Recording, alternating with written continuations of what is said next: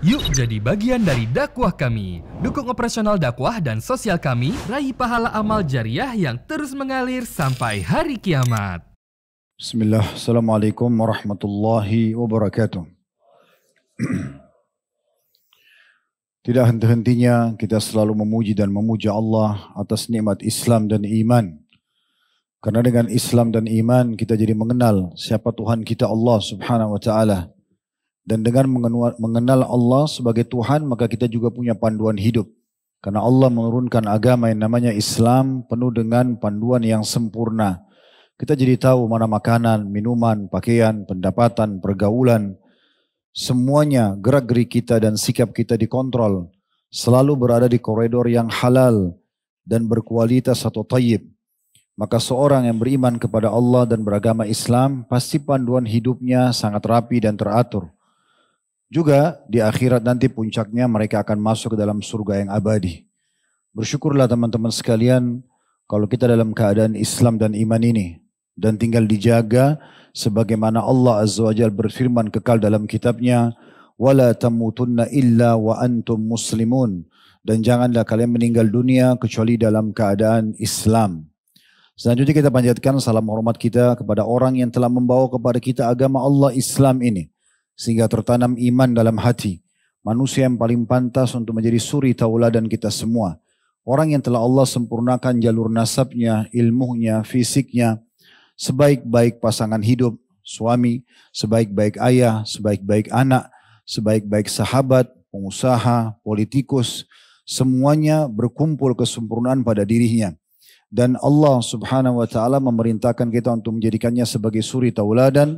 Serta juga mengucapkan satu kali salam hormat kepadanya dibalas dengan 10 rahmat Allah. Maka setelah memuji Allah alhamdulillah atas nikmat Islam dan iman, kita juga seharusnya mengucapkan salawat dan taslim kepada Nabi besar Muhammad sallallahu alaihi wa ala alihi wa sahbihi wasallam. Semoga semua yang hadir dalam acara kita ini live, online ataupun offline dan juga nanti siaran ulang dimaafkan semua dosa-dosanya, diangkat derajatnya, diterima seluruh amal-amal solehnya, serta Allah panjangkan umurnya di atas ketaatan kepada Allah subhanahu wa ta'ala, kesempurnaan ilmu dan iman, serta ditinggikan derajatnya juga di surga Firdaus kelak nanti. Allahumma amin. Seperti biasa teman-teman sekalian kita akan melanjutkan bahasan di pekan pertama dan pekan kedua tentang dosa-dosa besar. Dan pada malam ini judul kita adalah menjerumuskan diri pada hal yang syubhat. Kaidah dasar dalam agama Islam adalah hadis Nabi SAW yang mulia. Hadis ini merupakan kaidah paling dasar sekali dalam Islam dan sekaligus merupakan panduan hidup kita semuanya. Hadis yang diriwayatkan oleh Bukhari Muslim dari sahabat yang mulia An-Nu'man ibn Bashir radhiyallahu anhuma. Dia dan ayahnya sahabat. Beliau mengatakan sami'tu Rasulullah SAW yaqul. Saya mendengarkan Rasulullah SAW bersabda. Innal halala bayyinun wa innal harama bayyin wa bainahuma umurun mushtabihat. Sesungguhnya yang halal dalam agama ini yang boleh kita nikmati semuanya sudah jelas. Mana makanan, mana minuman, mana pakaian, mana pendapatan, mana pergaulan yang boleh. Dan semua yang diharamkan juga sudah jelas. Dan di antaranya ada hal-hal yang mushtabihat. Yang masih syubhat, belum jelas. Bagi manusia hukumnya la ya'lamuhunna katsirun minan nas. Kebanyakan manusia tidak mengetahuinya. Wa man ittaqa syubuhati faqad istabra'a lidinihi wa 'irdihi. Barang siapa yang telah menghindarkan dirinya dari perkara syubhat, samar-samar, dia enggak tahu boleh atau tidak, halal atau haram, maka ia benar-benar telah membersihkan agamanya atau menyelamatkan agamanya dan kehormatannya. Lalu dikatakan waman waqa'a fi syubuhati waqa'a fil haram. Dan siapa yang sengaja menjerumuskan dirinya pada hal yang syubhat, enggak jelas boleh atau tidak hukumnya, tapi dia sudahlah saya lakukan saja, maka dia telah menjerumuskan dirinya pada yang haram. Bisa ditangkap dari sini berarti konsepnya dasarnya halal jelas silakan nikmati. Haram jelas tinggalkan. Lalu ada hal yang samar-samar. Tapi perhatikan, Nabi SAW menyebutkan yang samar-samar ini, yang kita belum tahu hukumnya boleh atau enggak ya. Maka enggak boleh sengaja kita jurumuskan diri kita pada syubhat itu. Karena siapa yang menyelamatkan dirinya, oh saya belum tahu hukumnya boleh atau tidak, udah saya enggak usah kerjain dulu deh. Saya enggak usah makan dulu, saya enggak usah minum dulu, saya enggak usah melakukan tindakan apapun, maka dia telah menyelamatkan agamanya dan kehormatannya. Dan siapa yang sengaja menjurumuskan dirinya pada yang syubhat, udahlah nggak apa-apa, maka dia telah menjurumuskan dirinya pada yang haram. Berarti jelas ya, halal jelas, haram jelas. Syubhat masuk dalam bab haram. Nah itu makanya masuk dalam dosa kalau orang sengaja menjurumuskan dirinya pada syubhat. Lanjutan hadisnya kata Nabi SAW, Qarra'i yar'a hawlal hima yushiku an yarta'a fihi ala wa inna likulli malikin hima ala wa inna himallahi maharimu ala wa inna fil jasadi mudgha idha salahat salahal jasadu kullu wa idha fasadat fasadal jasadu kullu ala wa hiyal qalb. Artinya perumpamaan orang yang menjerumuskan pada yang syubhat, berarti dia jerumuskan dirinya pada yang haram, seperti pengembala ya, yang berada di dekat pagar larangan milik orang lain, yang dikhawatirkan ia akan masuk ke dalamnya.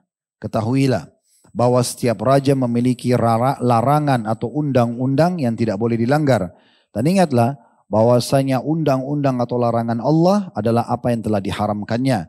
Ketahuilah bahwa di dalam jasad manusia ada segumpal daging. Jika ia baik, maka baik pula seluruh jasadnya. Jika ia rusak, maka rusak pula seluruh jasadnya. Ketahuilah bahwa segumpal daging itu adalah hati. Hadis ini satu rangkaian teman-teman sekalian. Saya ulangi lagi. Yang halal jelas. Gampang. Kalau antum mau belajar, tinggal cari tahu pendapat ulama, ya rincian dalil-dalil tentang apa saja yang halal. Yang haram juga jelas. Gitu kan? Sudah dirincikan semuanya. Kalau ada hal-hal yang tidak jelas bagi kita, maka namanya syubhat. Selamatkan diri hal yang syubhat, maka telah selamat agama kita dan kehormatan kita. Tidak akan rusak nama kita di dunia dan di akhirat. Dan siapa yang jerumuskan dirinya pada yang syubhat, dia telah menjerumuskan dirinya pada yang haram. Nabi kasih gambaran. Seperti pengembala yang sengaja membawa gembalaannya masuk ke wilayah orang lain. Ada batasan tapi dia sengaja membiarkan saja. Mengatakan sudahlah nggak masalah. Mungkin orangnya tidak marah. Mungkin ini tidak dilarang. Mungkin begitu dan begitu. Ya, lalu kata Nabi SAW, ketahuilah semua raja itu pasti punya undang-undang dan peraturan. Ada batasan wilayah yang tidak boleh dilanggar. Dia akan marah kalau dilanggar. Dan batasan Allah adalah yang diharamkannya. Berarti syubhat masuk dalam sini. Karena syubhat masuk dalam hal yang haram, gitu kan. Lalu kata Nabi SAW pelanjutannya, ketahuilah dalam jasad manusia yang bisa mengontrol dia ada segumpal darah. Kalau dia baik, baik semua segumpal daging. Kalau dia baik, baik semua jasadnya. Kalau dia buruk, maka buruk semua. Itu adalah hati manusia. Maksudnya, kalau sedang mendengarkan dalil seperti ini, gunakan hati nurani kita untuk mencernahnya. Sehingga akhirnya jadi lunak seluruh tubuh kita untuk bisa menerima. Ya, kita tidak melakukan defense atau pertahanan. Masa sih? Enggak usah. Enggak apa-apa. Itu akan hilang semuanya. Kalau kita mengontrol hati kita dengan keimanan kepada Allah Subhanahu Wa Taala. Ini kaidah dasar. Oleh karena itu teman-teman sekalian, dari hadis ini kita bisa tangkap kalau hal yang syubhat masuk dalam hal yang diharamkan. Bahasan kita pada malam ini itu dimulai kalau yang pegang bukunya di halaman 161. Ada beberapa dosa besar yang tulis Syekh Muhammad rahimahullah. Mungkin ada 4 bab saya gabungkan jadi satu. Karena setelah saya telusuri dalilnya, sebenarnya hampir mirip satu sama yang lain. Kita akan jelaskan misalnya bermula daripada di halaman 161, masalah penjelasan tentang fitnah-fitnah atau sesuatu yang bisa berbahaya bagi orang dan syubhat bagi dia. Boleh nggak sih dia terlibat di dalamnya? Saya berpikir untuk langsung masuk ke dalil-dalilnya dulu, baru kemudian kita jelaskan lebih jauh. Diangkat di halaman 161 oleh Syekh Muhammad rahimahullah, dalil pertama, surah Al-Anfal ayat 25. Dan di sini beberapa dalil yang akan kita bacakan ke depan berhubungan dengan masalah syubhat pertumpahan darah. Baru kita masuk nanti ke syubhat-syubhat yang lain ya. Jadi kayak misalnya terjadinya keributan antara 2 orang. Ya, sebenarnya Kita tidak tahu siapa yang benar, siapa yang salah.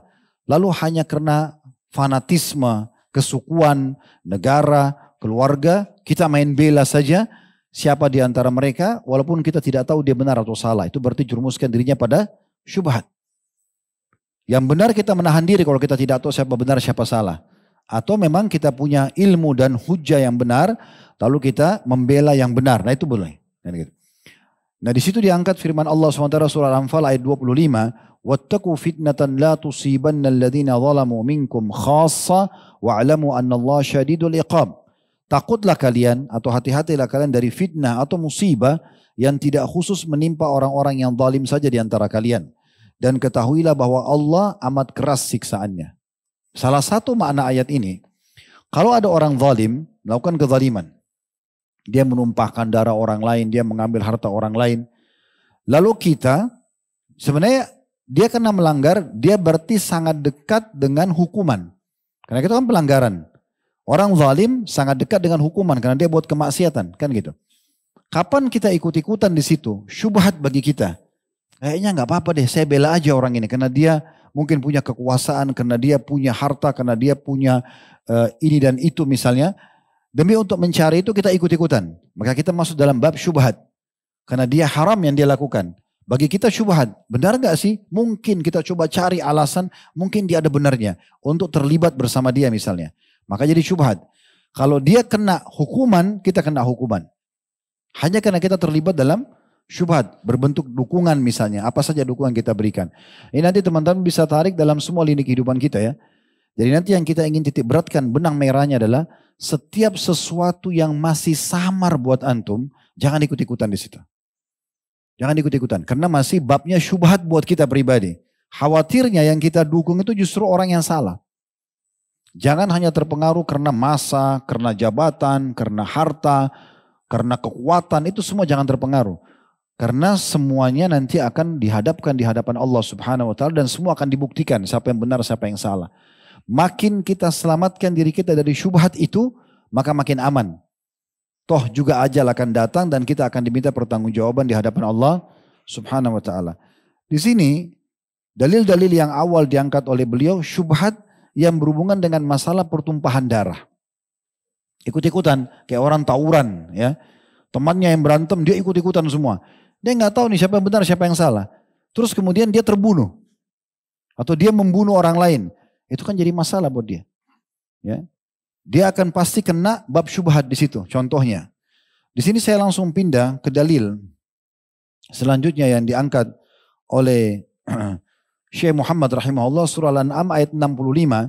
Qul huwal qadiru ala an yab'atsa 'alaikum 'adzaban min fawqikum aw min tahti arjulikum aw yalbisakum syi'an wa yudhiqa ba'dakum ba'sa ba'd.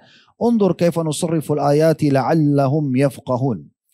Katakanlah, dialah Allah yang berkuasa untuk mengirimkan azab kepada kalian dari atas kalian atau di bawah kaki kalian, atau dia mencampurkan kalian dalam golongan-golongan yang saling bertentangan dan merasakan kepada sebagian kalian keganasan sebagian yang lain. Perhatikanlah betapa kami mendatangkan tanda-tanda kebesaran kami silih berganti agar mereka memahaminya. Dari ayat ini kita bisa lihat bahwasanya salah satu benang merah yang kita bisa ambil, kalau kita sengaja menjerumuskan diri kita pada sesuatu pertikaian, ya, keributan, maka Allah akan libatkan kita bersama mereka. Kapan kita sengaja berlepas diri, maka Allah juga akan selamatkan kita. Nanti kita akan masuk kepada rincian lebih detail ya. Dalam masalah rumah tangga, dalam masalah persahabatan, dalam masalah pekerjaan. Cukup banyak syubhat-syubhat yang sebenarnya itu dalam bentuk ujian yang Allah berikan kepada kita. Kapan kita bersabar, tidak libatkan diri lebih jauh, maka kita akan selamatkan agama dan kehormatan kita.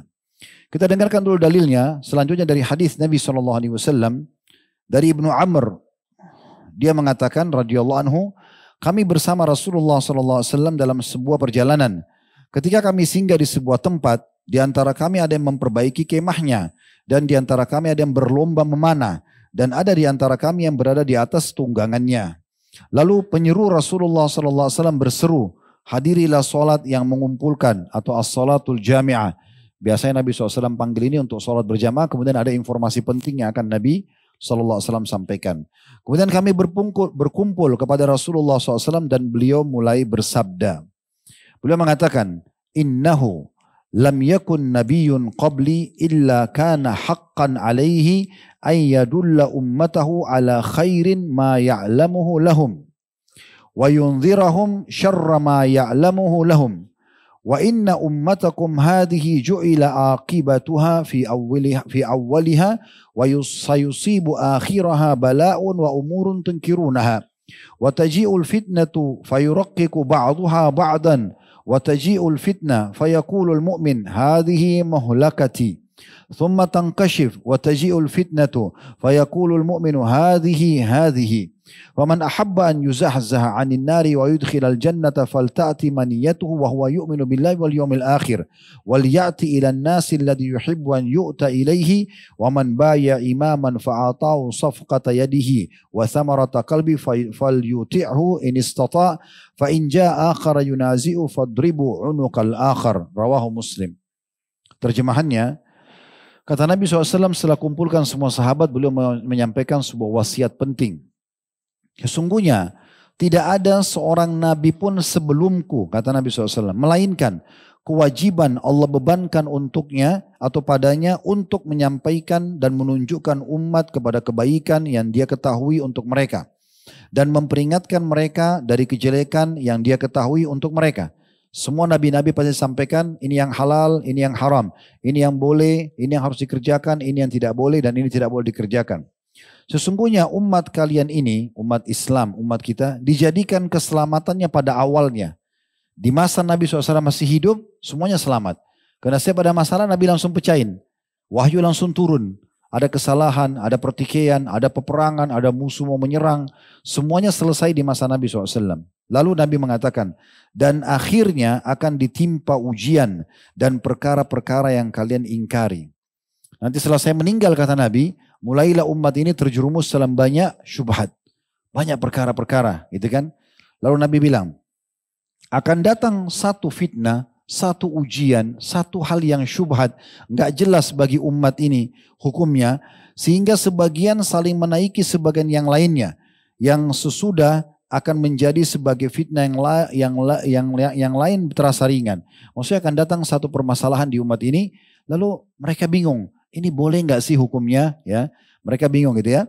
Lalu kemudian mereka bilang mungkin ini penyebab binasaku. Lalu datang lagi perkara setelahnya juga syubhat. Lalu kemudian dia mengatakan mungkin ini. Ya. Kemudian fitnah itu terangkat dan datang lagi fitnah yang lain. Seorang mukmin akan berkata mungkin ini atau ini yang boleh atau tidak boleh, atau ini akan membinasakanku atau ini akan menyelamatkanku. Maka barang siapa yang suka di saat terjadi fitnah dan hal-hal syubhat di tengah-tengah kalian itu, dijauhkan dari neraka di akhirat nanti dan dimasukkan surga, hendaklah dia didatangi oleh kematiannya dalam keadaan dia beriman kepada Allah dan hari akhir. Maksudnya di saat ada terjadi syubhat, ada fitnah, jangan ikut-ikutan. Tetap fokus pada iman kalian, amal soleh kalian. Jangan ikut-ikutan dalam masalah-masalah seperti itu. Lalu katakan di sini, dan hendaklah dia mendatangi orang-orang yang Allah suka untuk didatangi kepadanya. Maksudnya dia berbakti pada orang tuanya, ya dia berbuat baik, mendatangi orang miskin, membantunya. Dia kerjakan saja ketaatan-ketaatan di masa-masa fitnah itu. Di masa-masa syubhat lagi tersebar banyak, dia tidak tahu yang mana harus dia kerjakan. Udah dia pilih saja perintah agama yang sudah jelas bagi dia. Dan barang siapa yang membaiat seorang imam, pemimpin sudah ada resmi, maka berikanlah kepadanya telapak tangan atau perjanjian dan buah hatinya atau sumpah yang murni. Dia tidak keluar dari pemimpin yang resmi. Dan taatilah dia selama dia mampu. Jika datang orang lain yang menyelisihi imam atau pemimpin tersebut, maka penggallah leher orang itu. Hadis riwayat Muslim.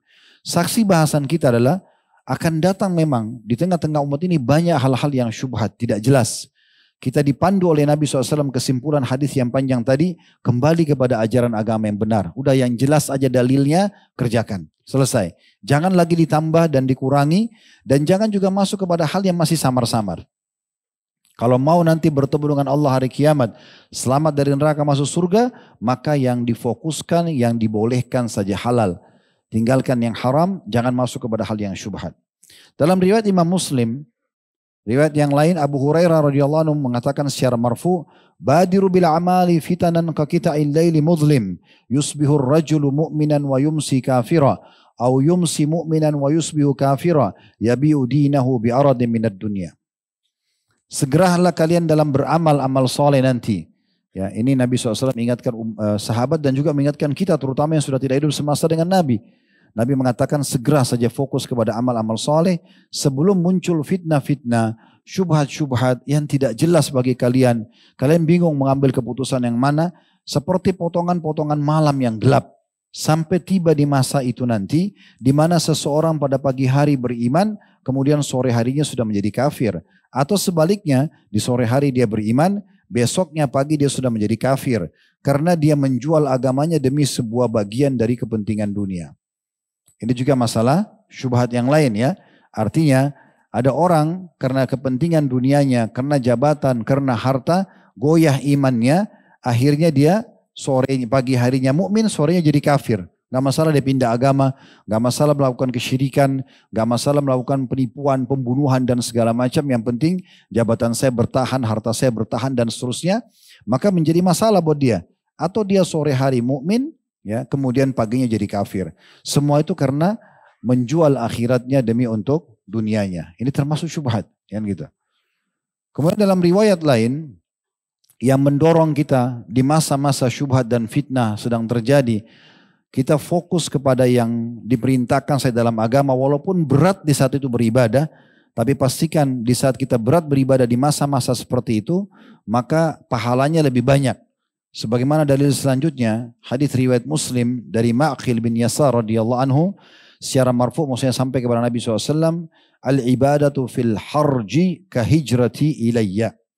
Ibadah dalam masa fitnah, dalam masa syubhat, banyak sekali aliran-aliran, banyak sekali pemahaman-pemahaman yang menyebar, banyak sekali pintu-pintu syubhat dan fitnah yang terbuka. Ya, bisa setiap saat orang melakukan perzinahan, pembunuhan, pencurian, banyak pintu-pintu dosa. Di masa kita luar biasa terbukanya pintu-pintu tersebut. Ya, siapa yang justru di saat itu fokus dalam beribadah, maka kata Nabi SAW, ibadah dalam masa fitnah dan kekacauan serta syubhat seperti pahalanya hijrah kepadaku.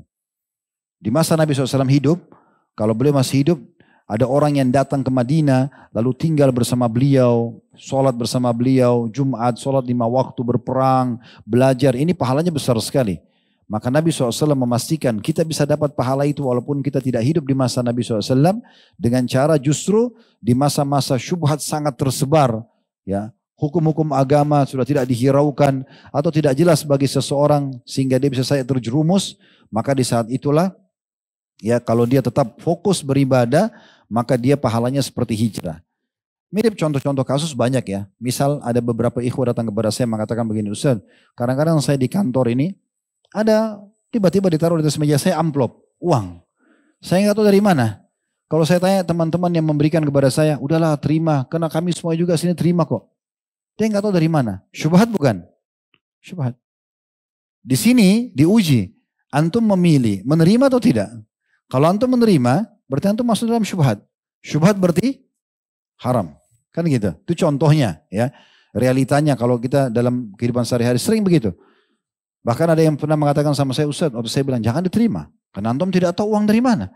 Mungkin uang korupsi, uang pencurian, pencucian uang dan segala macam. Dia bilang kalau saya tidak terima Ustaz, mungkin satu kantor musuhin saya. Gak ada masalah. Orang mukmin hidup dengan keimanannya kepada Allah SWT. Yang penting ridho Tuhannya, bukan ridho manusia. Siapa yang mengejar ridho Allah dalam sebuah athar atau riwayat disebutkan, maka Allah akan buat hati manusia terjerum padanya. Tapi siapa yang mencari ridho manusia, dan itu adalah yang dimurkai oleh Allah, Allah akan balik keadaan nanti manusia akan membencinya. Ini contohnya, kan gitu. Salah satu contoh begitu. Nanti kita akan banyak masuk sebentar setelah saya baca beberapa dalil ini tentang masalah fitnah-fitnah. Ya, termasuk misalnya dalam masalah keluarga ada terjadi fitnah-fitnah ya. Seperti kalau fitnah keluarga itu durhakanya anak terhadap orang tua. Berapa banyak anak-anak yang tidak tahu, mungkin dia tahu ataupun dia tidak tahu hukumnya. Kalau dia telah durhaka pada orang tuanya, kadang-kadang dia tidak tahu. Kalau dia mengangkat suara depan ibunya atau dia membantah permintaan ibunya atau permintaan ayahnya, ini adalah dosa. Ada yang tahu lalu kemudian dia tetap terjerumus dengan membantah, bahkan sampai memukul orang tuanya, bahkan sampai membantah-bantah, sampai ada yang memenjarakan orang tuanya, ada yang mengadukan di pengadilan dan segala macam hal. Ada juga orang syubhat bagi dia. Boleh nggak sih saya tolak permintaan orang tua saya? Mirip dengan kasus sahabat yang pernah ayahnya datang ke rumahnya lalu minta uang. Dia lagi tidak ada. Kemudian istrinya yang ada. Lalu sang istri ini karena tahu ini mertuanya dikasih sama dia uang suaminya. Begitu suaminya pulang tanya. Lalu istrinya cerita, ayahnya tadi datang, ayah suaminya dan minta uang lalu dikasih. Karena anak ini nggak terima, dia datang kepada Nabi SAW lalu mengatakannya Rasulullah. Tadi ayah saya datang ambil uang di rumah saya tapi tanpa seizin saya nggak bisa terima. Maka Nabi SAW marah dengan dia. Lalu mengatakan, kamu dan hartamu milik ayahmu. Gitu kan? Tapi di sini bisa jadi syubhat bagi anak ini kan. Dia masih berpikir ini kan uang hasil keringat saya. Masa ayah saya seenaknya mau ngambil? Kan bagi dia syubhat itu sebenarnya. Kalau dia fahami agama di saat itu dia akan aman. Agama mengatakan berikan sedekahkan hartamu. Apalagi kepada orang tua. Kita dan harta kita semua milik orang tua kita. Misal contohnya. Itu kan bisa terjadi begitu. Berapa banyak juga orang tua terbaliknya tidak faham. Dia masuk dalam hal syubhat, dia mendidik anak-anaknya dengan pertimbangan bahwasanya demi kebaikan anaknya tapi sebenarnya salah. Misalnya dia sengaja menyerumuskan anaknya pada perzinahan, pergaulan bebas, kemudian pendidikan-pendidikan yang jauh dari agama gitu kan. Dia perkenalkan semua kehidupan bebas pada anak-anaknya dengan alasan sudahlah nanti juga ada saatnya taubat, mumpung masih muda nikmati saja. Nah dia menjerumuskan anaknya pada dosa-dosa gitu kan. Dia tahu hukum maka lebih besar itu berarti sudah haram. Dia tidak tahu hukum berarti syubhat bagi si orang tua. Harusnya dia tidak boleh ajarkan anaknya kalau dia tidak tahu. Itu boleh atau tidak kan gitu contoh. Begitu juga dengan masalah saudara dengan saudaranya, sama ipar, sama sepupu, sama paman dan tante banyak sekali. Contoh-contoh syubhat di sini yang kalau kita tidak tahu hukumnya maka jangan terlibat lebih jauh ya. Sama juga dengan berapa banyak teman-teman sekalian yang tidak disadari oleh orang. Begitu dia dirumuskan dirinya pada yang haram atau kita bicara syubhat saja, dia tidak tahu hukumnya. Ternyata itu dapat menghalangi rezeki buat dia. Mungkin dia pikir dirinya berbuat baik padahal sebenarnya tidak. Karena dia tidak tahu hukumnya. Oleh karena itu kalau mau melakukan satu kegiatan dan antum tidak tahu hukumnya, tanya dulu kepada seorang alim. Tanya, ini boleh nggak hukumnya? Kalau dia memastikan hukumnya boleh, oke, silahkan. Berarti antara kita dengan neraka ada si alim tadi yang bertanggung jawab. Tapi kalau kita tidak tahu hukumnya lalu kita sengaja terjerumus, ini berbahaya. Berapa banyak orang terharamkan dari pasangan hidup sampai umur sekian. Mohon maaf kalau ada di sini memang yang sebetulan bersamaan contohnya karena saya tidak menyinggung siapapun. Tapi ada orang sampai umur sekian belum nikah-nikah. Setiap kali melamar selalu gagal. Secara rasional dan teori agama pernikahan perintah Allah. Harusnya mudah. Kenapa dia jadi sulit? Ada permasalahan ini. Kemudian juga ada orang sudah lama menikah, gak punya anak. Kenapa? Tujuan pernikahan asasnya adalah populasi manusia. Allah bilang dalam Al-Quran, yazra'ukum fih. Tujuan pernikahan salah satunya itu untuk memperbanyak populasi manusia. Kan gitu. Kenapa dia gak dapat anak? Ada masalah apa nih? Ada orang mungkin sudah lama bekerja, lalu kemudian tidak dapat rezeki. Sementara orang-orang yang mampu, selain dia cukup banyak yang dibukakan pintu rezekinya. Ada masalah apa? Saya subhanallah pada saat menelusuri kasus-kasus seperti ini teman-teman, saya bertemu dengan beberapa orang ikhwah. Secara penampilan luar biasa sebenarnya. Kita bisa bilang orang ini soleh. Orang itu soleha perempuannya. Banyak kasus begitu terjadi. Saya kadang-kadang bertanya-tanya. Orang itu kadang-kadang datang kepada saya dan ikhwah yang sampai menangis. Dia sudah lama menikah gak punya anak. Ada yang sudah lama melamar bolak-balik selalu ditolak gagal pernikahannya. Ada orang yang sudah lama bekerja, malah terlilit utang, bangkrut usahanya. Secara zahir, secara kacamata manusia ini orangnya baik-baik semua nih. Ya. Tapi subhanallah, setelah sekian tahun baru Allah buka. Ternyata orang-orang seperti ini terlalu banyak masuk di bab syubhat. Terlalu banyak. Jadi Allah bukain depan mata saya, ternyata orang itu punya pekerjaannya dia curang di situ. Dia anggap dirinya benar, tapi dia menipu orang. Ya, dia manipulasi. Ini manipulasi itu sehingga akhirnya banyak hak orang yang tersangkut. Dari situ Allah haramkan rezekinya. Susah dapat jodoh, susah dapat anak. Karena semua ini sebenarnya mudah sekali untuk didapatkan. Menikah itu bukan sulit. Dapat anak itu bukan sulit karena itu memang Allah ciptakan kita untuk itu. Kan gitu. Allah ciptakan kita memang untuk berpasang-pasangan.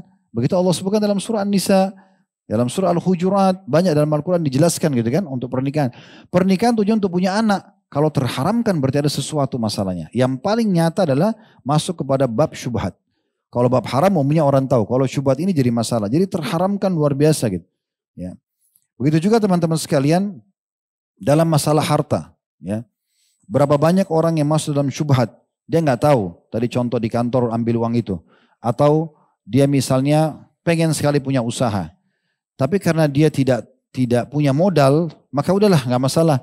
Yang masalah syubhat, samar-samar, nggak masalah deh cari modal aja. Yang penting saya bisa dapat keuntungan misalnya. Dia nggak mau tahu. Atau bahkan dia tahu kadang-kadang itu uang riba tetap aja dilakukan. Dia tidak sadari kalau itu berbahaya. Saya bertemu dengan satu orang, semoga Allah maafkan, masih hidup. Seorang tokoh juga di negeri kita, saya isi pengajian di tempat beliau pernah. Ya, kemudian berbicara lama, cukup lama, mungkin berjalan pengajian sekian waktu lah, saya nggak usah sebutin waktunya. Kemudian mulailah beliau dekat dengan agama segala macam. Satu waktu tiba-tiba datang ke saya duduk lalu berbicara tentang, Ustaz saya baru dapat modal, saya akan buka usaha begini dan begitu, sekian puluh miliar. Terus setelah dia ceritakan semua, saya bilang, oh Masya Allah Pak, mudah-mudahan Allah berkahi. Tapi saya tidak tahu kenapa tiba-tiba saya tanya dia. Apa? Bapak tadi sudah panjang lebar cerita tentang masalah usaha ini. Bisa saya tahu sumbernya dari mana, modalnya gitu. Terus langsung dia bilang, oh dari pinjaman riba. Baik, Bapak sudah tahu hukumnya riba itu berat. Allah dan Rasulnya menjanjikan, Allah menantang peperangan bagi orang yang memakan riba. Tapi saya tidak bisa usaha kalau tidak ini. Toh juga bunganya kecil. Tetap saya ingatkan, Pak, riba itu 1 dirham saja kata Nabi SAW lebih berat daripada 36 kali berzina. Semua dalil yang saya sebutkan dibantah sama dia. Tapi kan. Oke, silakan Pak, tidak masalah. Yang penting juga sudah saya sampaikan. Subhanallah nggak berjalan 2 tahun. Usahanya bangkrut, terlilit utang banyak, sampai harus jual rumah, harus ini, harus itu segala macam. Dan dikena penyakit. Subhanallah waktu keluarganya konsultasi saya mengatakan, saya sudah ingatkan Bapak sebenarnya. Saya sudah ingatkan begini dan begitu. Tapi beliau tidak mau dengar. Tapi kalau secara teori agama ini jelas sekali. Walaupun dia menganggap, misalnya dia anggap itu tidak haram. Minimal syubhat buat dia, pinjaman riba, minimal ya. Kalau tadi sudah kita tegakkan hujah. Tapi kalau minimal syubhat sudah cukup itu haram. Dan pasti efeknya akan ada. Nah ini contoh fitnah-fitnah banyak. Teman-teman, kapasitas makanan di mulut kita, 1 sendok nasi, 2 sendok nasi. Antum mau kejar apa? Kita makan 1 piring cukup. Apa yang mau dikejar? Kalau seandainya harta banyak melimpah tapi dari yang syubhat atau yang haram. Tidak ada yang bisa. Atau hanya untuk mengenyangkan kemaluan kita, syahwat sementara. Untuk mengejar 1 kemaluan wanita tapi yang syubhat atau haram. Untuk apa? Gitu kan? Atau memakai baju, sepatu, bermerek. Hanya karena ingin dikenal atau ditampil depan orang. Tapi dia syubhat atau dia haram. Untuk apa? Apa manfaatnya buat kita semua? Kenapa enggak hidup dengan halal, walaupun dia pas-pasan, yang penting hidup kita bisa berjalan. Toh rezeki sudah Allah tentukan. Nah itu pesan pentingnya dalam masalah ini. Baik, tentu cukup banyak sekali ya, seperti juga fitnah jabatan. Berapa banyak orang yang masuk dalam syubhat ya, demi untuk menyelamatkan jabatannya, pokoknya tidak mau tahu. Tidak usah tahu deh masalah halal haram. Ada sebagian orang yang sempat berangkat umroh, haji bersama kami gitu kan. Kemudian mereka setiap kalau melakukan satu pelanggaran agama, diingatkan oleh jemaah-jemaah yang lain gitu kan. Coba tanya Ustadz hukumnya. Enggak usah banyak nanya Ustadz. Nanti kalau tanya Ustadz terlalu banyak haramnya. Ya. Gitu. Saya dengar itu. Gitu. Tapi kan enggak ditanya kepada saya diamkan saja. Tapi mereka kayak orang yang sudahlah. Walaupun itu haram atau syubhat, enggak apa-apa. Tapi kan ini aneh ya. Seakan-akan tetap aja mau terjerumus dalam perbuatan salah itu gitu kan. Kenapa enggak terlalu dekat dengan ustadz atau seorang alim? Kenapa enggak hadir pengajian? Oh kalau makin banyak tahu agama makin banyak yang haram. Ini justru syubhat buat dia. Sebenarnya kalau makin paham agama kan makin aman ya. Karena halal dan haram itu selalu yang halal lebih banyak daripada yang haram. Banyak sekali. Sebagaimana juga ujian sama nikmat lebih banyak nikmat daripada ujian. Kan gitu. Sudah begitu. Di saat saya sering kasih contoh. Kalau Allah haramkan khamar, minuman keras. Allah tahu tubuh kita butuh cairan. Allah kasih kita air putih, madu, sirup, banyak susu, banyak yang halal. Kenapa harus khamr? Allah berikan kita syahwat ingin berhubungan sama lawan jenis. Baik, zina diharamkan, ada pernikahan. Allah haramkan babi, Allah ganti dengan sapi, kambing, ayam, kelinci, hewan air. Yang halal banyak. Kenapa harus ini? Gitu kan? Jadi ini masalahnya orang banyak terjerumuskan dirinya pada hal-hal yang seperti ini. Padahal sebenarnya tidak diperlukan. Ya, tidak diperlukan. Orang kalau paham agama malah lebih bagus. Lebih terkontrol, lebih terawasi. Itu yang dimaksudkan. Jadi harus hati-hati sekali teman-teman sekalian ya. Bahkan salah satu bagian daripada keimanan kita untuk menyelamatkan diri dari syubhat, kalau antum tahu pekerjaan itu, jabatan itu, pendapatan itu, pergaulan itu, semuanya minimal belum tahu ini halal atau tidak, tinggalkan. Ya, tinggalkan. Pergi saja ke tempat yang lain, cari saja pasangan yang lain, cari saja teman yang lain, itu lebih aman. Daripada kita harus menjerumuskan diri kita pada yang syubhat, karena syubhat adalah masuk dalam bab yang haram. Makanya Nabi SAW ingatkan tadi seperti itu. Kemudian dalam hadis yang lain selanjutnya masih di halaman 163 ya. Dalam riwayat Bukhari dan Muslim dari Hudzaifah radhiyallahu anhu bahwa Umar berkata, siapakah di antara kalian yang hafal dengan sabda Nabi SAW tentang fitnah-fitnah yang akan terjadi, syubhat-syubhat yang banyak sekali nanti yang muncul setelah meninggalnya Nabi SAW. Maka Hudzaifah mengatakan, aku menghafalnya. Maka dia berkata, kata Umar, ayo sebutkanlah, sungguh engkau sangat kuat menghafalnya. Maka Hudzaifah mengatakan, aku mendengarkan Rasulullah SAW bersabda, fitnatur rajuli fi ahlihi wa mali wa waladihi wa jarihi tukaffiruha as-salatu was-siyamu was-sadaqatu wal amru bil ma'ruf wan nahy 'anil munkar. Faqala laisa hadi urid, innama uridu allati tamuju kamawjil bahr. Faqultu ma laka walaha ya amiral mu'minin, inna bainaka wa bainaha baban muglaq atau muglaqa. Faqala yuftahul bab au yuksar. Qultu bal yuksar. Qala dzalika ajdaru alla yuglaq. Faqultu li Hudzaifah akana Umaru ya'lamu manil bab? Qala na'am kama ya'lamu anna duna ganil layla. Inni haddathtuhu hadithan laysa bil aghalit. Fahibna an nas'alahu manil bab. Faqultu li Masruq as'aluhu fasa'alahu faqala Umar. Terjemahannya, kata Hudzaifah radhiyallahu anhu, Nabi SAW bersabda, fitnah atau ujian-ujian seseorang pada keluarganya, hartanya, banyak yang terjadi hal-hal syubhat di keluarganya yang dia tidak suka misalnya atau dia tidak tahu hukumnya, di hartanya, di anaknya, di tetangganya, dan itu bisa dihapuskan kalau dia tinggalkan itu, kemudian dia fokus ya dengan sholat, dengan puasa, dengan sedekah dan amar ma'ruf dan juga nahi mungkar. Maka Umar berkata, bukan hadis itu yang aku inginkan. Aku ingin hadis tentang fitnah yang menggoncang seperti ombak samudra yang menggoncang. Maka kata Hudzaifah, ada apa antara anda dengan fitnah itu wahai Amir Mukminin? Sesungguhnya antara anda dan fitnah itu ada sebuah pintu yang tertutup. Kata Umar, apakah pintu itu terbuka atau dirusak? Kata Hudzaifah, dirusak. Kata Umar, kalau begitu pintu tersebut tidak akan pernah bisa tertutup lagi. Maka perawi hadis berkata kepada Hudzaifah, apakah Umar mengetahui siapa pintu yang dimaksudkan? Kata Hudzaifah, iya. Sebagaimana dia mengetahui bahwasanya malam adalah sebelum besok siang. Maksudnya malam ini terjadi ya sebelum besok datang. Jadi sangat jelas setelah malam besok akan datang pagi. Sesungguhnya aku menceritakan hadis kepadanya semisal hadis ini yang tidak tersembunyi atas Umar. Kemudian kami para perawi merasa segan untuk bertanya kepada Hudzaifah, siapakah pintu yang dimaksudkan sehingga Amir Mukminin Umar selamat dari fitnah itu. Maka kami berkata kepada Masruq, tanyakan kepada Hudzaifah. Kemudian dia menanyakan kepada Hudzaifah, Hudzaifah mengatakan pintunya adalah Umar. Maaf, ini sedikit panjang riwayatnya, saya jelaskan begini. Jadi Umar bin Khattab pernah di masa kerajaan beliau ingin mengetahui siapa saja di antara yang hadir yang menghafal hadis tentang fitnah-fitnah yang akan terjadi setelah meninggalnya Nabi SAW. Artinya umat ini banyak terjerumus dalam hal yang berbahaya buat mereka secara agamanya, dunianya, dan juga akhiratnya. Maka Hudzaifah mengatakan saya hafal. Lalu Hudzaifah menyebutkan tadi hadis itu ya, bahwasanya ada fitnah-fitnah, ada syubhat-syubhat yang terjadi pada diri seseorang di keluarganya. Dia nggak tahu boleh atau tidak. Dia lakukan itu pada suaminya, pada istrinya, pada anaknya, pada tetangganya, ya. Tapi dia tetap jerumuskan dirinya pada hal tersebut. Tapi itu masih bisa kalau dia selamatkan dirinya, bisa dibersihkan dengan sholat, dengan puasa, dengan zakat, dengan sedekah dan amar ma'ruf nahi mungkar. Lalu kemudian Umar, sampai situ itu dari jadi saksi bahasan kita ya. Tapi karena hadisnya tadi ditulis lengkap oleh penulis maka kami bacakan. Lalu Umar berkata, bukan itu yang saya mau. Saya mau hadis Nabi yang menyebutkan tentang nanti fitnah yang tidak pernah berhenti. Dari fitnah ke fitnah, dari syubhat ke syubhat. Ya, itu yang seperti gelombang ombak Kenapa Umar bilang begini? Karena memang ada hadis Nabi yang menyebutkan nanti ada fitnah di akhir zaman, fitnah baru hilang, datang fitnah baru. Baru hilang, fitnah lagi baru. Jadi seorang mukmin itu dari hal yang dia ragu kepada hal yang ragu lagi. Jadi dia harus selalu hati-hati sekali, seperti banyak ranjau di depan dia yang dia harus selamatkan dirinya.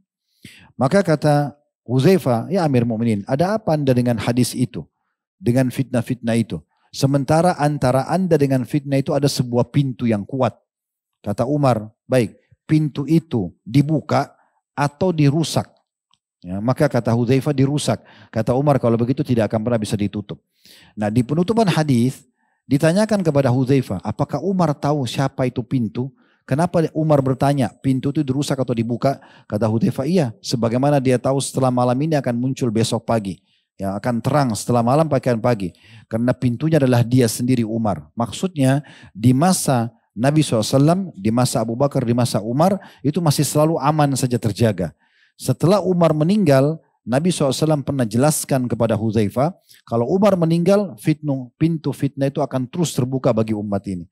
Makanya Umar bilang, pintu itu dibuka saja, sehingga mesti ditutup atau dirusak. Makanya di sini ulama hadits mengatakan, maksudnya nanti saya ini dibunuh, sehingga fitnah itu terbuka, atau saya mati biasa saja.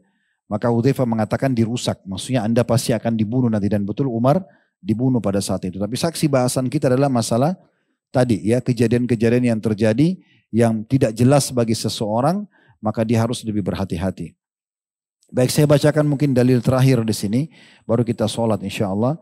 Hadis yang disebutkan di halaman 164, hadis riwayat Muslim dari Abu Bakar radhiyallahu anhu secara marfu, innaha satakunu fitan ala thumma takunu fitnah al-qaidu fiha khairu minal mashi wal mashi fiha khairu minas sa'i ilaiha ala fa idza nazalat aw waqa'at faman kana lahu ibilun falyalhaq bi ibli wa man kanat lahu ghanamun falyulhiq bi ghanami wa man kanat lahu ardun falyulhiq bi ardi. Masih ada lanjutannya, saya baca terjemahannya dulu. Kata Nabi SAW akan terjadi fitnah-fitnah nanti. Banyak hal yang tidak jelas buat kalian setelah aku meninggal. Ketahuilah, kemudian akan terjadi satu fitnah. Orang yang duduk nanti akan jadi nanti di tengah-tengah umat ini mereka bingung mengambil keputusan. Tapi di saat itu terjadi, orang duduk pada masa fitnah itu lebih baik daripada orang yang berjalan. Dia tidak ikut-ikutan. Duduk lebih baik daripada orang berjalan. Orang yang berjalan pada masa itu lebih baik daripada orang yang berlari kecil. Ya, dan lari kecil. Dan ketahuilah jika fitnah-fitnah itu telah turun dan terjadi, maka barang siapa yang mempunyai unta, hendaklah dia menetapi untanya. Jangan kemana-mana. Udah dia sama untanya saja dia beribadah pada Allah. Barang siapa yang mempunyai kambing, hendaklah dia menetapi kambingnya. Jaga urus kambingnya, saya nggak usah ikut-ikutan dengan pertikaian dan syubhat yang tidak jelas itu. Barang siapa yang mempunyai tanah, maka hendaklah dia menetapi tanahnya. Tetap di rumahnya saja. Lalu kemudian faqala rajul, seseorang berkata, ya Rasulullah, ara'aita man lam yakun lahu ibilun wala ghanamun wala ard. Bagaimana kira-kira Rasulullah kalau orang tidak punya unta, enggak punya kambing, enggak punya tanah untuk dia bisa menetap saja di situ supaya dia beribadah sama Allah walaupun cuma dekat untanya, dekat kambingnya atau di tanahnya. Qala ya'midu ila sayfi fayaduqqu ala haddihi bihajarin thumma liyanju in istata'an najah.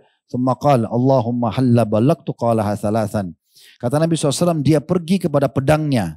Masa dulu orang selalu punya pedang. Kemudian dia memukulkan bagian tajam pedangnya pada sebuah batu. Kemudian dia lari dengan segera jika dia mampu. Maksudnya kalau terjadi fitnah, ada terjadi pertikaian antara umat Islam sama umat Islam, terjadi perang. Di masa sahabat terjadi nih ya. Seperti di masa Utsman bin Affan. Kalau antum pernah dengar kisahnya bagaimana beliau terbunuh oleh kaum muslimin. Yang masuk ke rumahnya Utsman itu kaum muslimin. Dan tidak diketahui sampai saat ini siapa yang menebaskan pedangnya ke kepala Utsman sehingga berdarah dan darahnya tumpah sehingga beliau mati syahid. Karena ramai sekali orang yang masuk dalam rumahnya Utsman. Tapi orang yang membunuh sama orang yang ikut-ikutan masuk dalam rumah, yang masuk dalam rumah ini ikut syubhat. Ya, karena dia terlibat dalam itu. Itu berarti dia masuk juga dalam proses pembunuhan tersebut walaupun dia tidak langsung memukulkan pedang. Karena dia mengepung rumahnya Utsman bin Affan, ikut-ikutan orang saja, kan gitu. Nah begitu juga dengan di masanya Ali radhiyallahu anhu, terjadi fitnah besar. Orang-orang dari Irak, kaum Khawarij, mengirim surat kepada Muawiyah, karena Muawiyah bin Abi Sufyan di negeri Syam, itu sepupunya Utsman.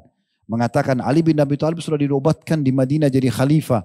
Maka Anda harus menuntut darah sepupu Anda, karena Utsman bin Affan sepupunya. Dan yang menunjuk Muawiyah jadi gubernur di negeri Syam adalah Utsman. Maka Muawiyah keluar dari negeri Syam dengan 3.000 orang, tujuannya bukan mau berperang. Tujuannya hanya ingin ke Madinah, ketemu sama Ali, negosiasi dulu. Jangan dulu dinobatkan jadi khalifah, tolong tangkap dulu pembunuhnya Utsman, supaya selesai fitnahnya, baru kita nobatkan Anda. Tujuannya itu. Tapi orang-orang yang kirim surat pada Muawiyah ini, tujuannya bukan untuk itu. Dia ingin mengeluarkan pasukan, lalu mereka kirim surat juga ke Madinah, bilang sama Ali, Muawiyah sudah keluar dengan pasukan dari negeri Syam, ingin menyerang Anda. Ali karena waktu itu tidak ada handphone kayak kita sekarang untuk ngobrol, kamu keluar untuk apa, nggak ada. Tahu keluar dengan pasukan, Ali juga keluar dengan pasukan dari Madinah. Ketemu di sebuah wilayah namanya Siffin.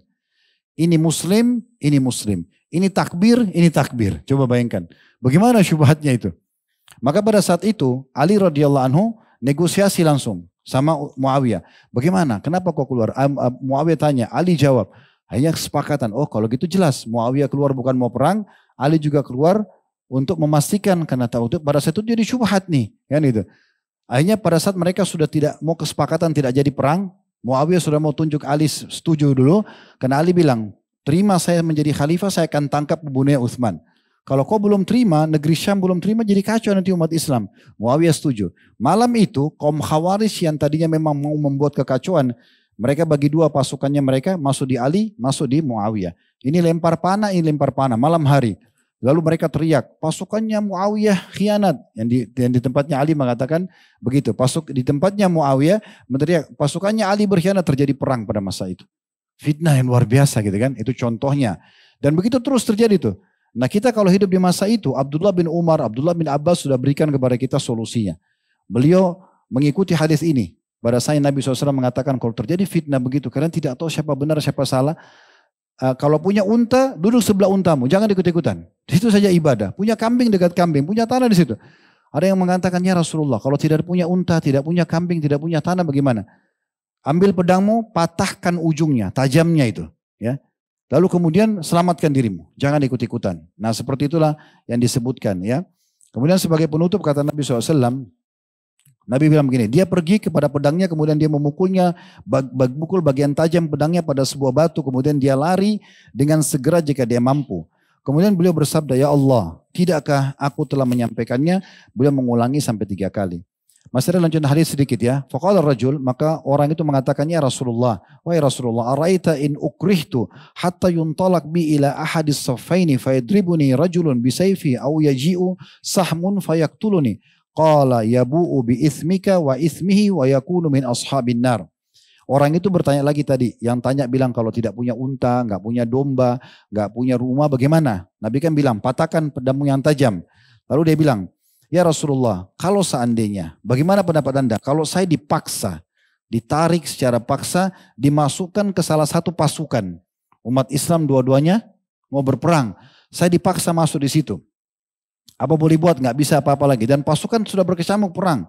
Kata Nabi SAW, lalu orang ini bilang, kalau saya dibunuh oleh salah seorang dari pasukan itu dengan pedangnya, atau datang satu anak panah membunuhku.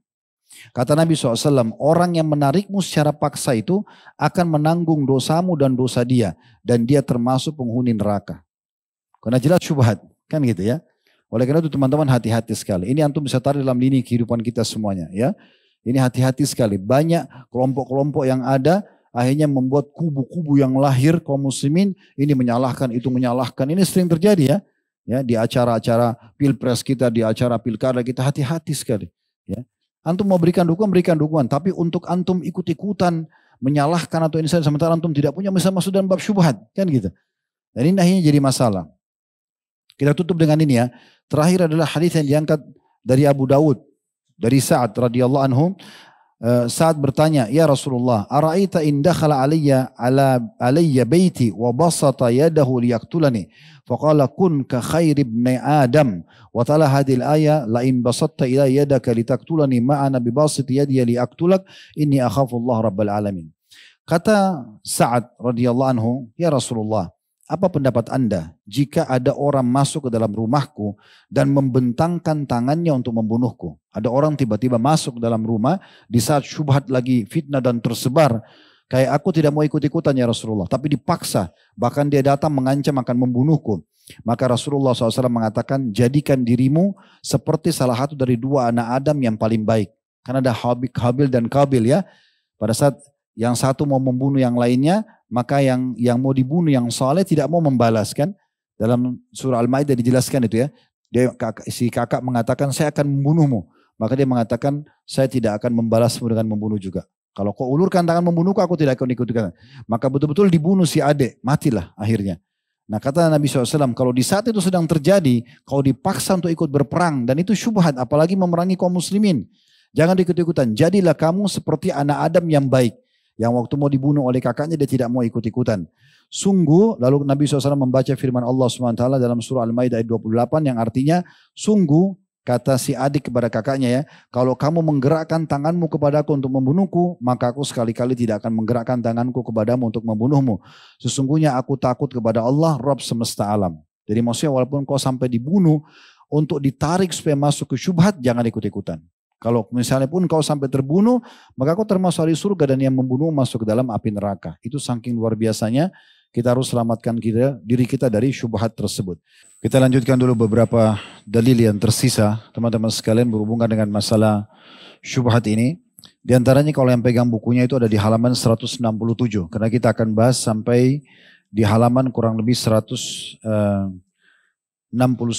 ya. Di situ diangkat oleh penulis hadits Abdullah bin Umar radhiyallahu dari Salim bin Abdullah bin Umar. Dia berkata bahwasanya, wahai penduduk Irak, betapa banyak kalian bertanya tentang dosa kecil dan betapa banyaknya kalian melakukan dosa besar. Aku mendengarkan bapakku, maksudnya Abdullah bin Umar radhiyallahu anhu berkata, aku telah mendengar Rasulullah SAW bersabda, innal fitnata taji'u min hahuna wa awma'a biyadihi nahwal masyriki min haitsu yatlu'u qarnu syaitan wa antum yadribu ba'dukum riqaba ba'd wa innama qatala Musa alladhi qatala min ali fir'auna khata'a faqala Allah ta'ala lahu wa qatalta nafsan fanajjaynaka minal ghammi wa fatannaka futuna rawahu Muslim. Nanti tentu yang jadi saksi bahasan kita akhir hadis ini ya, tapi saya bacakan dulu. Kata Nabi SAW, sesungguhnya fitnah datang dari arah sana. Waktu itu Nabi SAW mengisyaratkan tangannya ke arah timur dan dari arah terbitnya tanduk syaitan, maksudnya wilayah Irak pada masa itu ya. Dan sebagian kalian akan memenggal sebagian yang lainnya. Keluarnya fitnah tadi sempat kita singgung kejadian perang antara Muawiyah sama Ali radhiyallahu anhu. Ini disebabkan karena sebagian penduduk Irak yang berkhianat termasuk kaum Khawarij pada saat itu. Maka diingatkan oleh Salim bin Abdullah bin Umar, ayahku pernah menyampaikan dari Nabi SAW bahwasanya fitnah muncul dari wilayah kalian ini. Dan kalian akan memenggal leher sebagian yang lainnya. Maksudnya di antara muslimin saling perang satu sama yang lain. Dan ketahuilah, sesungguhnya Musa alaihissalam telah membunuh pengikut Fir'aun yang dia bunuh hanya karena keliru. Tahu kisah Nabi Musa pernah bunuh satu orang kan dari suku Kipti, diceritakan dalam Al-Quran. Tapi itu tidak sengaja. Tidak sengaja membunuh ini, Nabi Musa tidak niat membunuh, tapi dia syubhat. Ini boleh nggak sih mukul orang ini? Tapi Nabi Musa alaihissalam pukul. Apa Allah berfirman kepada Musa alaihissalam? Dan engkau telah membunuh satu jiwa. Yang dibunuh pengikutnya Fir'aun, bukan orang beriman. Tapi syubhat bagi Nabi Musa. Dia tadinya cuma mau pisahkan pada saat ribut. Tapi karena orang itu banyak ngomong, ditonjok sama Nabi Musa, ternyata sampai mati. Allah mengatakan, dan engkau membunuh satu jiwa, kemudian kami menyelamatkan engkau dari kesempitan, dan karena pembunuhan itu kami uji engkau dengan beberapa ujian. Maknanya apa? Kalau kita jurumuskan diri kita pada yang syubhat, ragu-ragu, ya berarti jurumuskan yang haram. Dan dengan itu saya sudah cukup, Allah akan datangkan ujian-ujian yang banyak. Tadi saya sudah sempat sebutkan, ada orang terharamkan dari jodohnya, dari anaknya, dari rezekinya karena syubhat itu. Nabi Musa membunuh secara tidak sengaja, bukan niat membunuh, tapi hanya mati. Hanya karena itu Allah mengatakan, dan kami uji kamu dengan pembunuhan tersebut, hai Musa, dengan berbagai macam ujian. Dalam riwayat Bukhari Muslim dikatakan oleh penulis di angka selanjutnya, Al-Miqdad radhiyallahu anhu mengatakan, aku berkata ya Rasulullah, apa pendapat anda jika seseorang dari orang-orang kafir bertemu denganku, kemudian kami berperang, ketemu aku dengan pasukan kafir, kami berperang ini, jihad, kan gitu. Kemudian dia menebas satu tanganku. Mikdad mengatakan si kafir itu potong tanganku satu dengan pedang sehingga putus. Kemudian dia berlindung dariku pada sebuah pohon. Dia coba melarikan diri. Lalu dia berkata, aku masuk Islam karena Allah. Apakah aku boleh membunuhnya? Orang kafir yang sudah potong tanganku bilang aku masuk Islam. Apakah boleh aku membunuhnya? Kata Nabi SAW, la taqtulhu fa innaka in qataltahu fa innahu bimanzilatika qabla an taqtulahu wa anta bimanzilihi qabla an yakula kalimatahu allati qalaha. Jangan pernah kau membunuhnya. Ini orang kafir berperang di medan perang, sudah potong tangannya Mikdad. Kemudian dia berlindung dekat pohon, lalu orang kafir itu bilang saya masuk Islam. Boleh nggak saya bunuh orang begini? Kata Nabi SAW, jangan kau bunuh. Jika engkau membunuhnya, maka dia berada pada kedudukanmu sebelum engkau membunuhnya, dan engkau berada pada kedudukannya sebelum dia mengucapkan kalimat yang dia ucapkan. Artinya kalau kau sampai bunuh dia sudah mengaku dia sebagai seorang muslim, maka sudah cukup engkau masuk dalam bab syubhat. Engkau bisa berdosa dengan itu. Dan kita tahu bagaimana kisah yang masyhur dari sikap Usama bin Zaid radhiyallahu anhu pada saat dia ikut dengan pasukannya Amr bin As. Amr bin As diutus oleh Nabi SAW untuk menyerang satu kelompok kaum yang mau menyerang Madinah dengan 300 pasukan. Kisahnya cukup panjang. Tapi Amr bin As suruh 2 orang berpasang-pasangan. Ya, muslim sama muslim gak boleh pisah ya. Jadi satu orang temani temannya karena gelap waktu itu menyerang habis sholat subuh. Jadi kemudian juga tidak dengan syarat Amr bin As tidak boleh mengejar tawanan, gitu kan? Dan tidak boleh mengejar harta rampasan perang kecuali yang depan mata saja. Maka pada saat itu diceritakan bahwasanya Usama bin Zaid berkata, Rasulullah SAW mengutus kami ke daerah Al-Huraqat dari bagian Juhaina. Kemudian pada pagi hari kami menyerang satu kaum di mata air mereka, maksudnya di perkampungan mereka. Kemudian aku dan seorang Ansar bertemu dengan seseorang dari mereka. Ketika kami mengepungnya, dia mengucapkan la ilaha illallah. Temanku dari Ansar menahan diri darinya. Kemudian aku menusuknya dengan tombakku hingga aku membunuhnya. Ketika kami datang, hal itu sampai kepada Nabi SAW dan beliau bertanya, ya Usama, aqataltahu ba'dama qala la ilaha illallah? Qultu ya Rasulullah innama kana muta'awwidha. Qala aqataltahu ba'dama qala la ilaha illallah? Fama zala yukarriru hatta tamannaitu anni lam akun aslamtu qabla dhalika al-yawm.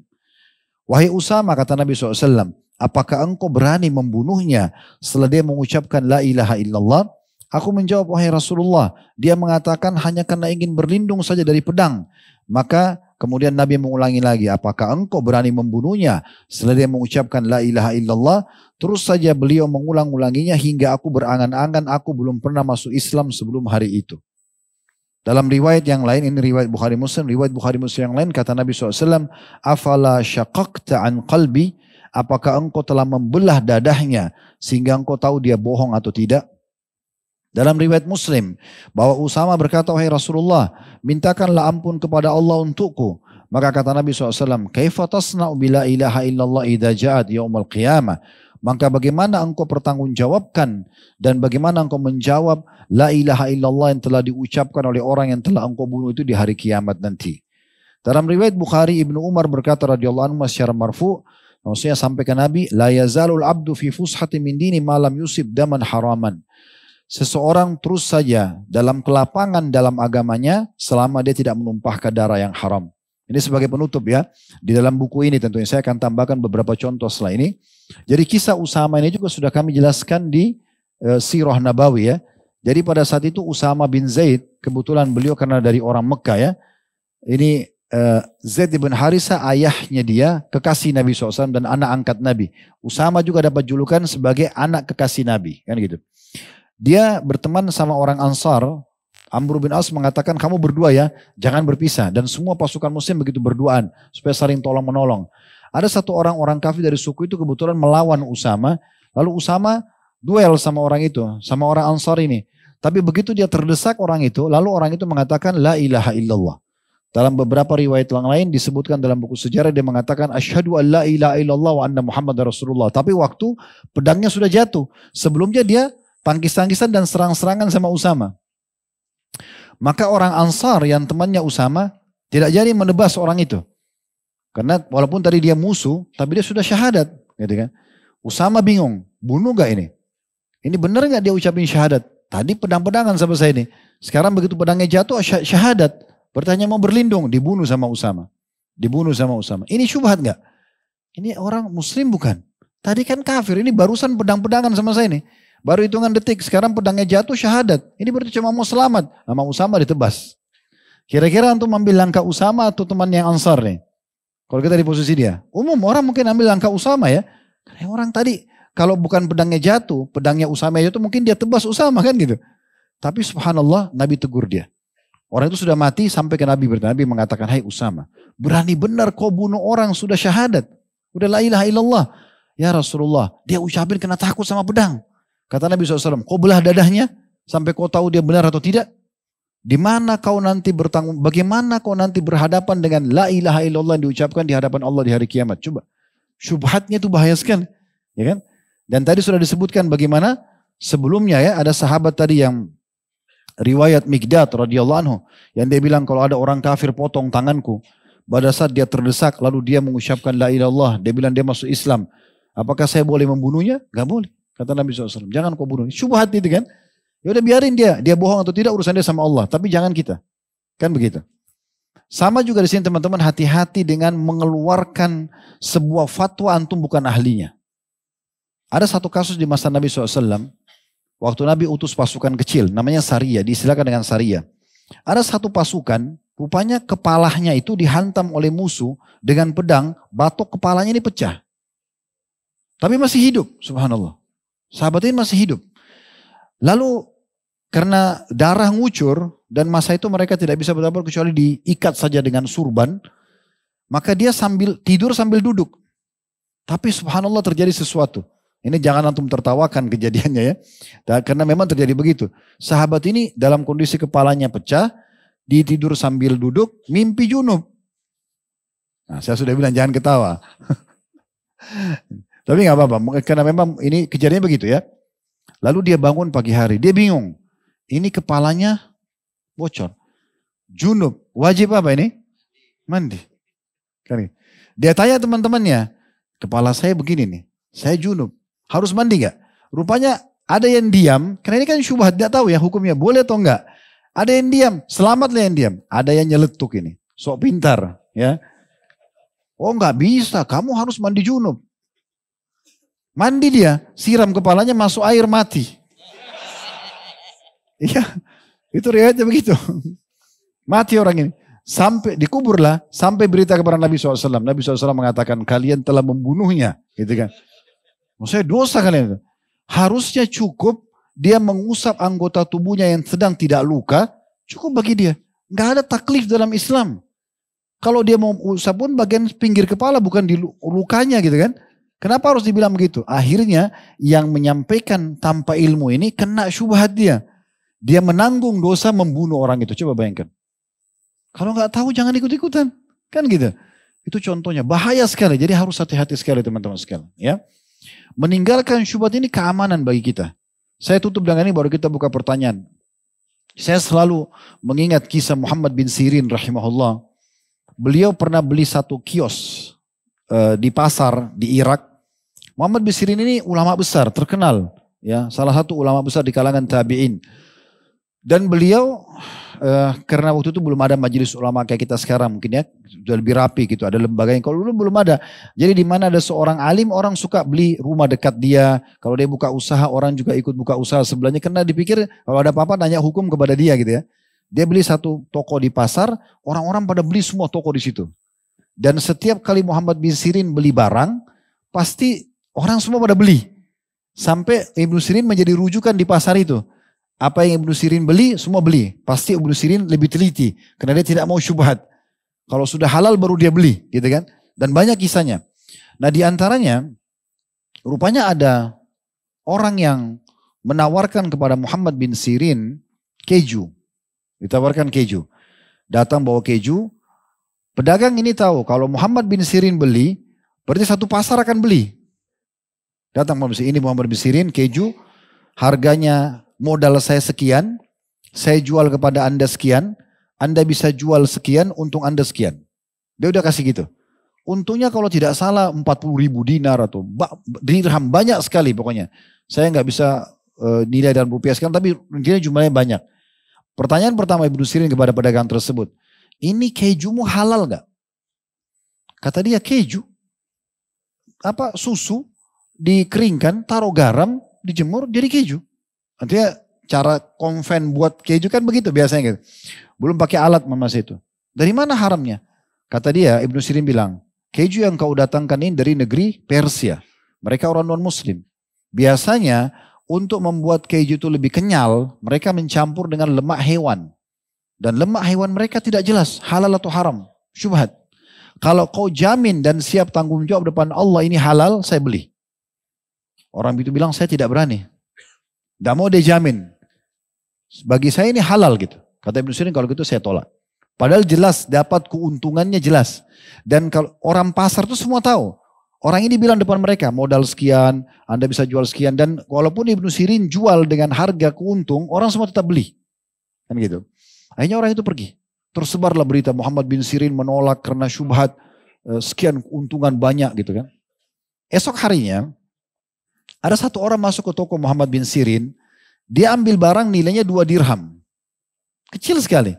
Ada barang situ jual 2 dirham, diambil. Kalau kita mungkin 10.000, 20.000 rupiah. Diambil sama orang itu, lalu sambil bertanya agama sama Muhammad bin Sirin.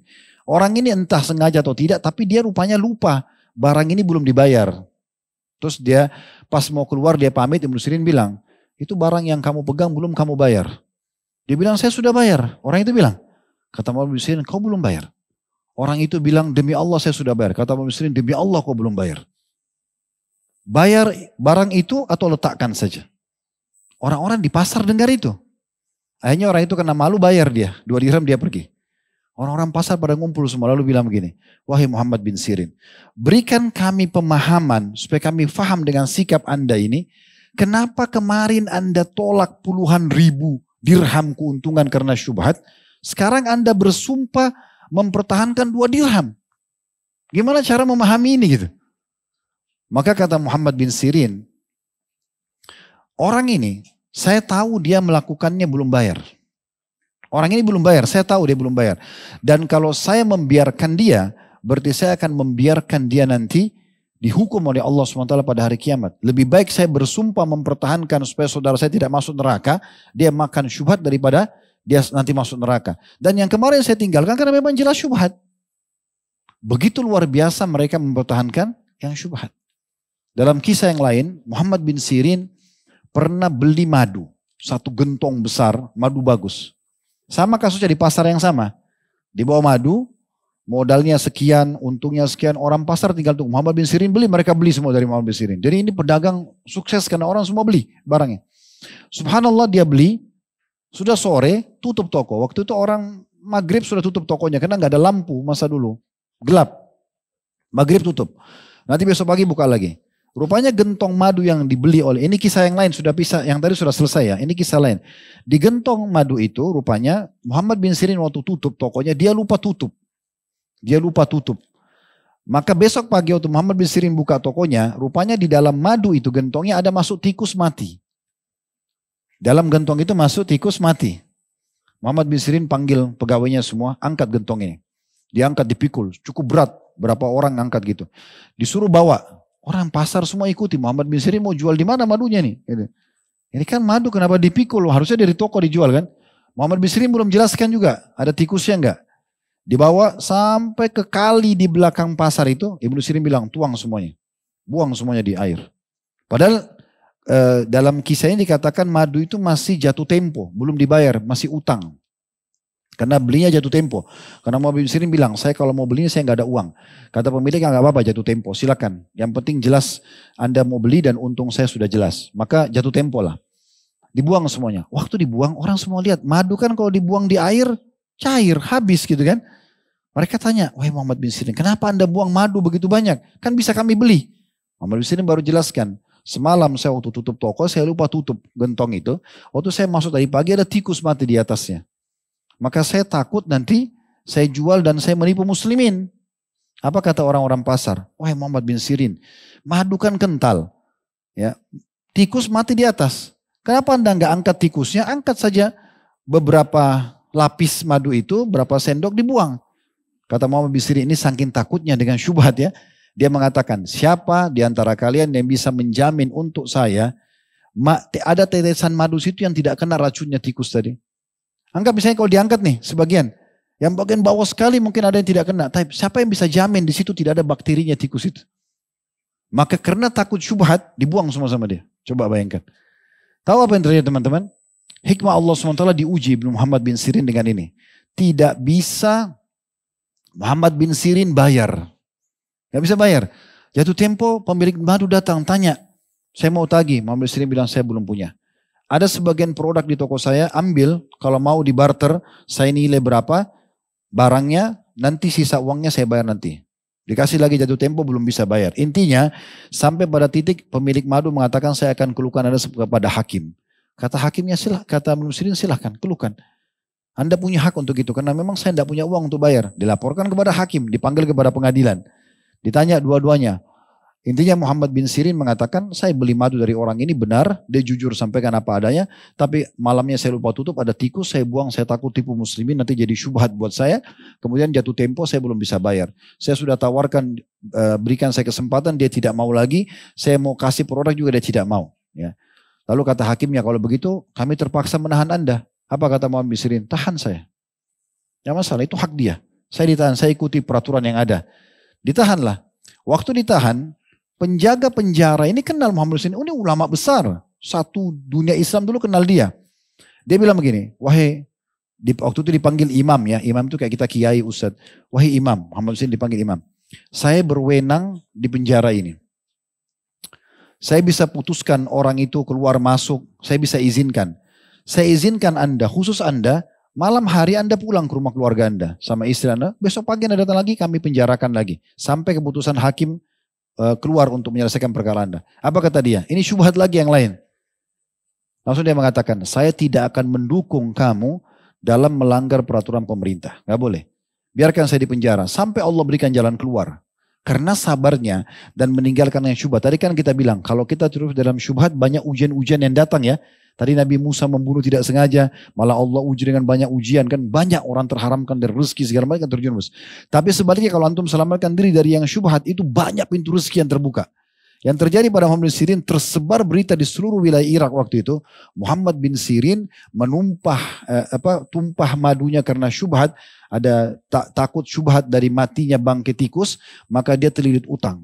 Karena itu umat Islam prihatin semuanya pada nyumbang uang. Uang itu datang, Muhammad bin Sirin uang yang terkumpul dari umat yang dikumpulkan untuk bayar utangnya bisa membeli sekian banyak gentong madu seperti itu. Jadi Muhammad bin Sirin terima uang itu dari umat dikasih sedekah gitu ya. Beliau bayar pemilik uangnya, keluar dari penjara dan dengan uang yang lebih masih bisa beli beberapa gentong lagi madu tersebut. Allah berikan jalan keluar karena meninggalkan yang syubhat. Oleh karena itu teman-teman sekalian hati-hati sekali. Ya, masalah syubhat ini betul-betul harus hati-hati. Kalau tidak jelas waktu hukumnya tinggalkan. Selesai. Jangan ikut-ikutan. Jangan hanya kena dukung suku, keluarga, atau apalah kelompok atau organisasi. Lalu kemudian kita tidak mau tahu ini salah atau tidak. Jangan. Karena semua nanti akan dihisab oleh Allah subhanahu wa ta'ala. Semoga Allah ikhlaskan niat kita dan Allah jadikan sebagai tambahan amal buat kita semuanya. Di timbangan amal hari kiamat dan Allah jadikan ilmu yang bermanfaat insyaAllah. Ada benar dari Allah, kalau ada salah dari saya mohon dimaafkan. Subhanakallahumma bihamdika. Asyhadu an la ilaha illa anta astaghfiruka wa atubu ilaik. Wassalamualaikum warahmatullahi wabarakatuh.